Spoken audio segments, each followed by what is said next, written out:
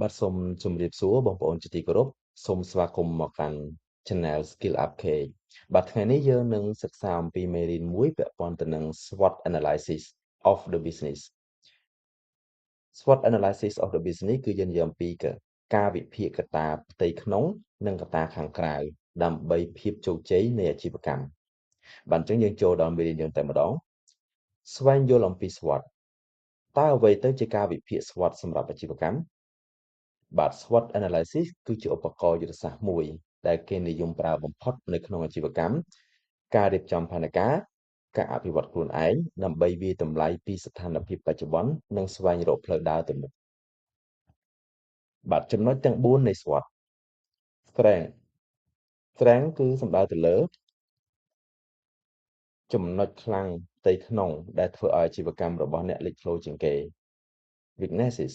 គឺសំដៅទៅលើចំណុចខ្សោយផ្ទៃក្នុងដែលអ្នកត្រូវកែលម្អដើម្បីការពារហានិភ័យ Opportunities គឺជាឱកាសខាងក្រៅដែលអ្នកអាចចាប់យកបានដើម្បីពង្រីកអាជីវកម្ម Threats គឺជាការគំរាមកំហែងខាងក្រៅដែលអាចរំខានដល់ដំណើរការអាជីវកម្មបាទជាបន្តទៀតយើងចូលដល់ចំណុច Strengths គឺជាចំណុចខ្លាំងមានន័យថាគឺតាមផ្ទៃក្នុងដែលអ្វីដែលធ្វើឲ្យបានល្អបំផុតបាទចំណុចកត្តាផ្ទៃក្នុងយើងមានចំណុចខ្លាំងដែលគួរមាននៅក្នុងភាពយើងមានអ្នកដឹកនាំមានសមត្ថភាពនិងចក្ខុវិស័យធនធានមនុស្សពូកែមានជំនាញមានដើមទុនមានលុយកាក់គ្រប់គ្រាន់មានកេរ្តិ៍ឈ្មោះឬម៉ាកយីហោថ្លៃដើមទាបអាចលក់បានក្នុងតម្លៃប្រកួតប្រជែងបាទនេះគឺជាចំណុចមួយចំនួនពាក់ព័ន្ធទៅនឹងចំណុចខ្លាំងអាចមានចំណុចផ្សេងទៀតដែលបងប្អូនមានសម្រាប់អាជីវកម្មរបស់ខ្លួនឯងផ្ទាល់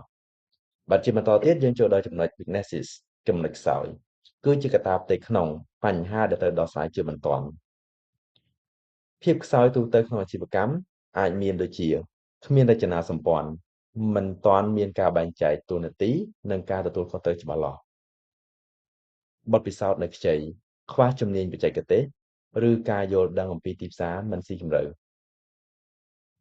ខ្វះធនធានមិនមានទីតាំងផ្ទាល់ខ្លួនឬខ្វះខាតដើមទុនសម្រាប់ប្រតិបត្តិការសេវាកម្មនិងគុណភាពប្រព័ន្ធផលិតកម្មតូចតាចគ្មានអនាម័យឬក៏សេវាកម្មមិនល្អខ្វះយុទ្ធសាស្ត្រគ្មានផែនការទីផ្សារនិងការលក់ដែលមានប្រសិទ្ធភាពបាទយើងចូលបន្តទៀតជា opportunities ឱកាសបានន័យថាយើងសម្ដៅទៅលើកត្តាខាងក្រៅវិញម្ដងលទ្ធភាពថ្មីៗសម្រាប់ពង្រីកអាជីវកម្មឲ្យជោគជ័យបានឱកាសក្នុងទីផ្សារយើងអាចមានដូចជាតម្រូវការមហាជនកំពុងកើនឡើងខ្លាំងបច្ចេកទេសថ្មីឬក៏បច្ចេកវិទ្យាថ្មីជួយសម្រួលដល់អាជីវកម្មគោលនយោបាយគ្រប់គ្រងពីរដ្ឋាភិបាលប្រភេទអាជីវកម្មដូចយើងនៅមានកម្រិតតិចតួចការផ្លាស់ប្ដូរទម្លាប់របស់អតិថិជនបាទនេះគឺជាឱកាសនៅក្នុងទីផ្សារសម្រាប់អង្គភាពរបស់យើងដែលមានឬក៏មានផ្សេងទៀតដែលបងប្អូនមានសម្រាប់អង្គភាពរបស់ខ្លួនឯងផ្ទាល់បាទយើងចូលដល់បន្តទៀតគឺចំណុច threats ការគំរាមកំហែងកត្តាខាងក្រៅឧបសគ្គដែលត្រូវប្រុងប្រយ័ត្នបើយើងមានកត្តាខាងក្រៅយើងមានហានិភ័យនិងការគំរាមកំហែងដូចជាការប្រកួតប្រជែងខ្លាំងពីដៃគូក្នុងទីផ្សារការផ្លាស់ប្ដូរគោល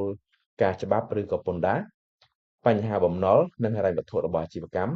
ការរឹតបន្តឹងលើមធ្យោបាយលក់អនឡាញបាតុភូតធម្មជាតិដែលមិនអាចស្មានទុកមុនបានបាទជាបន្តទៀតយើងចូលដល់ច្បាប់មាសនៃអាជីវកម្មច្បាប់មាសនៃអាជីវកម្មយើងមានចំនួន4ចំណុច focus គឺសំដៅទៅលើការយកចិត្តទុកដាក់និងផ្ដោតអារម្មណ៍ឲ្យបានខ្ពស់បំផុត pay yourself ឲ្យប្រាក់ខែខ្លួនឯងឲ្យបានសមរម្យជាមុនសិន separate ការបែងចែកទ្រព្យផ្ទាល់ខ្លួននិងទ្រព្យអាជីវកម្មឲ្យដាច់ដោយឡែកគ្នា start small ចាប់ផ្ដើមពីតូចប៉ុន្តែត្រូវមានគំនិតឲ្យធំ